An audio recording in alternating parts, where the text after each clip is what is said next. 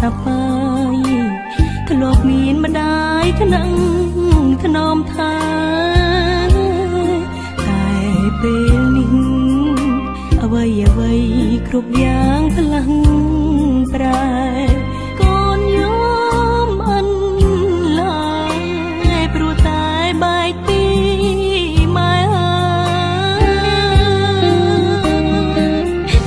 ស្រណងគ្រាដែលកំសត់រួមគ្នាអ្នកម៉ែមិនដែលរុញរីព្រោះតែចង់ឲ្យកូនសុខរឿងលំបាកគ្រប់យ៉ាងម៉ែតែងលៀងទុក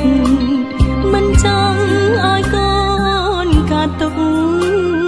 ចង់ឃើញតែកូនញញឹមទឹក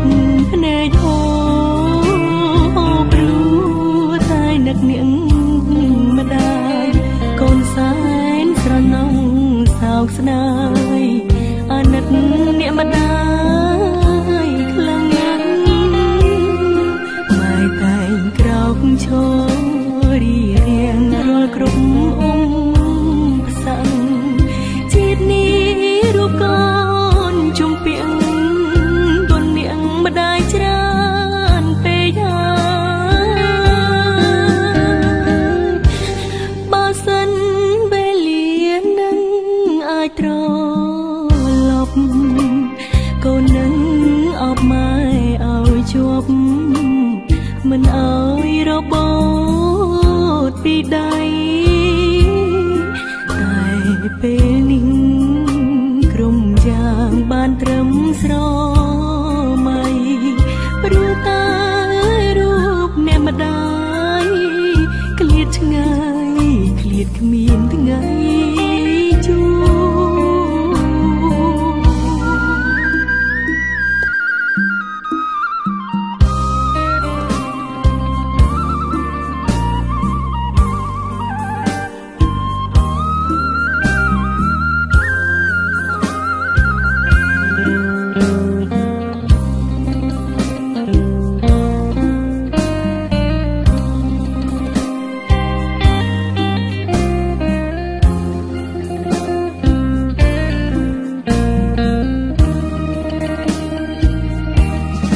ទឹក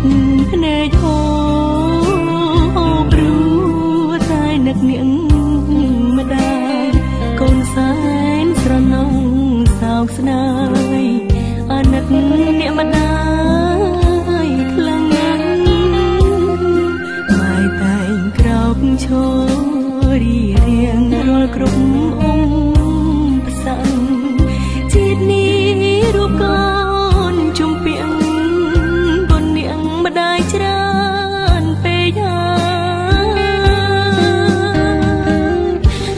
បើសិនវេលានឹងអាចត្រ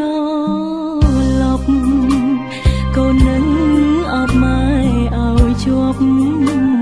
មិនឲ្យរបូតពីដៃ